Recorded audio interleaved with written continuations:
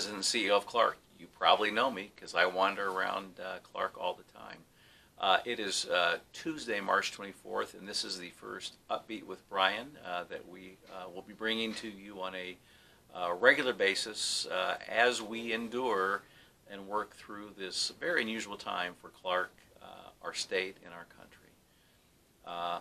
Yesterday morning, our governor, Gretchen Whitmer, issued an executive order causing all of us, unless you are an essential employee, to stay at home and help us fight the spread of the coronavirus across the state of Michigan, and in particular for us across Grand Rapids and Clark Retirement Community. On behalf of all of our staff, all of our residents, I am asking all residents to pay particular attention to your daily routines and activities. First of all, we've all been hearing about social distancing. Let me rephrase that and call it physical distancing. We're all social beings and desire and want to spend time with each other. But please respect the 6-foot physical distancing parameters that you've been hearing about, not only from the governor, but from the president and Dr. Fauci and others. So please respect that 6-foot physical distancing so that we aren't contributing to the spread of the virus. We have one method on the Franklin campus and 2 on the Kell Lake campus if you live in Windsor Manor or Oxford Manor of entering the building. I'm asking all of you to respect that request on our part to come in through the primary entrance if you're coming into the main buildings on either campus. We're asking you to complete an assessment. We're actually taking a quick temp on your forehead or temple. It's very important we do that. We want to keep everyone safe at Clark. Certainly we want you to enjoy the outdoors. Please, as the weather continues to look a little nicer this week, spend some time outside. When I was reading through the executive order last night, I noticed that it was very appropriate that family members can be close to each other physically. But if you're walking with others who are not part of your family, please respect that 6-foot physical distance. But please enjoy the outdoors. Walk around our campuses. Walk around our near neighborhoods. And take in the fresh air and get some exercise. We're making changes, obviously. On the Franklin campus, we have closed the main dining room. We are now taking your orders and delivering breakfast, lunch, and dinner to you based upon a full menu that's available to you. We're also making meals available to our residents who live in townhomes and in Sherman Court. So please take advantage of this wonderful opportunity to eat wonderful food that our Unidine team is preparing for you, and get your orders in so that they know how to prepare it and when to get food to you. The Chatterbox Bistro is also available for takeout and for putting in orders that can be delivered to you as well. So take advantage of that as well. We're asking you to respect physical distancing within the building as well, particularly in the library. We're asking for 1 resident at a time in the library. And if you come in the library, get your book and or magazine, check it out as is normal, and take it with you. If there are other residents waiting, we ask you to respectfully wait outside the library, but again, keep your physical distancing. So I'm sounding like a broken record here, being repetitive, but again, we want to make sure physical distancing is adhered to.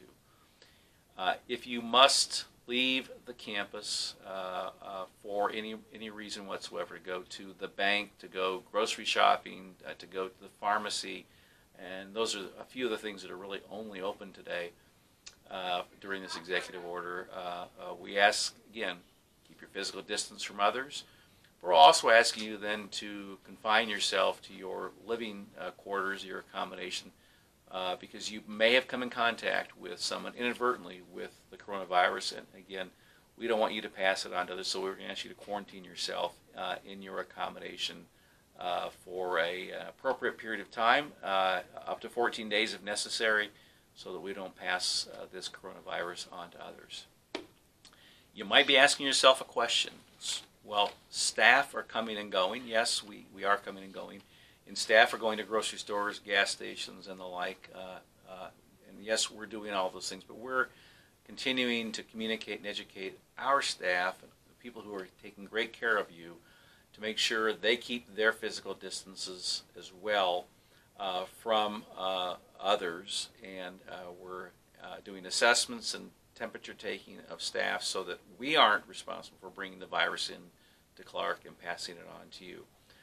So it is a bit of a conundrum. I think you can appreciate that we're working through that process. So we're asking you to do your part while we continue to educate and train our staff to do their part to keep Clark free of the coronavirus.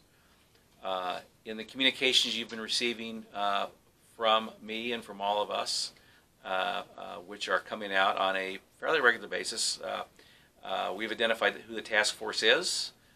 There are 15 to 20 people, including a couple of residents.